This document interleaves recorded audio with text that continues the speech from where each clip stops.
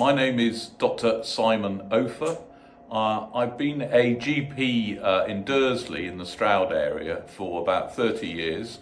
And more recently, in July of 2024, I got elected as the Stroud MP.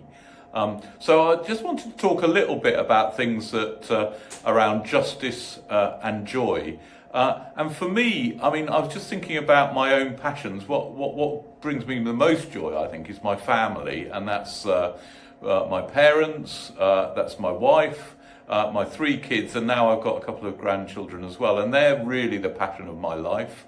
Also, I absolutely adore the arts and culture, and I think that's what makes us who we are. I love reading, I do some writing as well, and I also believe that creative arts can actually make us quite a lot better just in ourselves. It allows us to reflect on life and express how we feel, and sometimes how other people feel as well. So I think arts are really crucial to where we're going. And then the other thing that also brings me a lot of joy is nature. Just having a walk in the morning, going for a swim in a river or a lake, or walking through the trees just as it's getting dark, like I did last night. It's just a beautiful experience, and it's something that just improves my mood, makes me feel glad to be alive. So those are the sort of things. So why did I go from being a doctor to being an MP? And that was really about what I realised was that there's an incredible amount of unfairness in our society, inequality, if you like.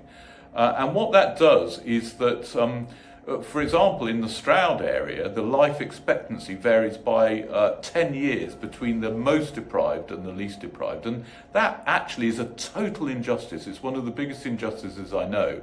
And I realise that the remedy for that is not medical. It's not about taking medicines and etc. It's actually about being more equal. And if we can make society more equal, we'll improve life expectancy much more than having more doctors and more nurses and better hospitals. So what we've got to do is actually make society equal, and that comes in politics rather than in medicine, certainly.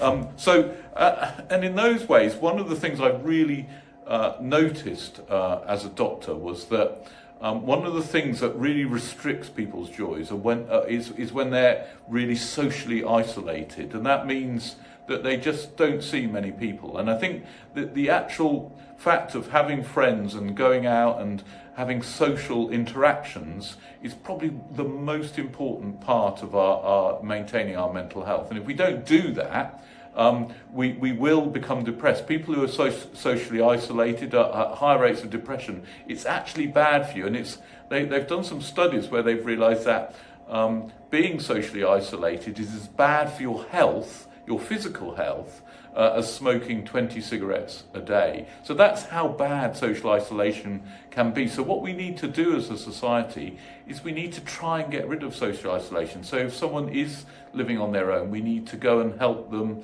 to come out, maybe just to come out for a drink, or come out to church, or whatever they want to, and actually get into their lives and make sure that they start mixing with people, because that is so important for their health. And I think also what that does is it means that all those sort of items like racism and misogyny and stuff, which are often based on being isolated and not meeting up with people, actually would improve. So the more we meet people from different ethnic minorities or different social classes, the more we like and tolerate them and understand them, I think. So, and then the last thing I'd like to say is that what I've done as a GP is that I've really promoted something called social prescribing. So that's not medicine. I think medicine isn't the answer to many things. And what social prescribing means is sometimes you can prescribe a patient to an artist, to a poet, to a painter,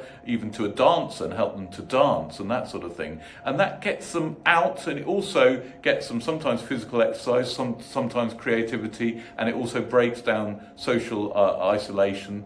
And we've got a lot of evidence now that actually makes people better. So these are the sort of things that I think about when I think about how we bring joy and justice into people's lives.